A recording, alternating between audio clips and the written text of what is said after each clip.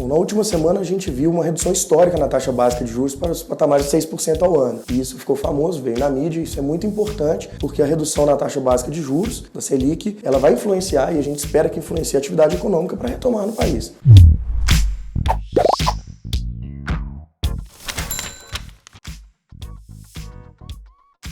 A Selic, também conhecida como taxa básica de juros, ela é a taxa do governo que referencia toda a economia. Por isso, ela é tão importante. Tanto investidores, empresas, pessoas físicas, na hora de contrair um empréstimo, têm referência nessa taxa. Por isso, a Selic também é conhecida como taxa básica de juros.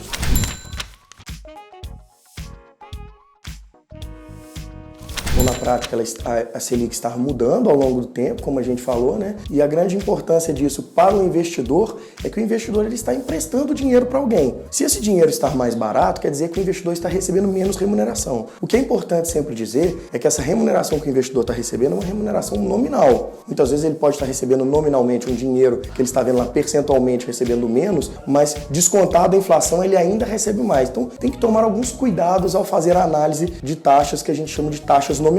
Sempre bom ver o quanto o investidor realmente está ganhando, ou seja, quanto que ele ganhou acima da inflação naquele período. Quando a taxa de juros reduz, o investidor em termos nominais, né, aquele número que a gente vê no final do período de investimento, ele vai ser menor, porque a taxa básica de juros está reduzida. Do outro lado, se a taxa de juros estiver alta, a Selic estiver alta, o seu investimento tende a render mais nominalmente, mas tem que tomar sempre um cuidado para a gente ver o período, como que foi a inflação, para ver o seu ganho real naquele investimento.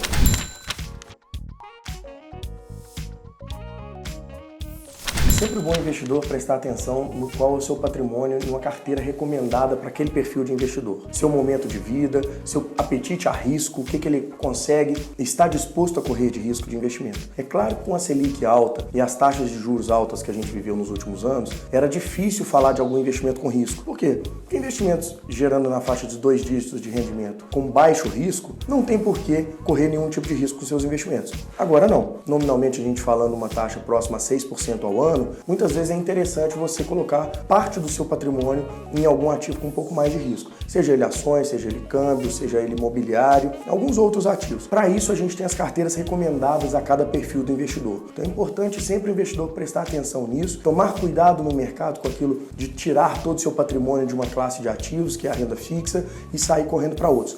Por que eu estou falando isso? Na nossa carteira recomendada, por exemplo, inclusive com investidores com mais apetite a riscos chamados agressivos ou arrojados, mesmo eles têm bastante proporção de renda fixa em suas carteiras. Então, não é essa corrida da renda fixa, essa fuga não deve acontecer. Isso não é adequado para nenhum tipo de perfil de investidor.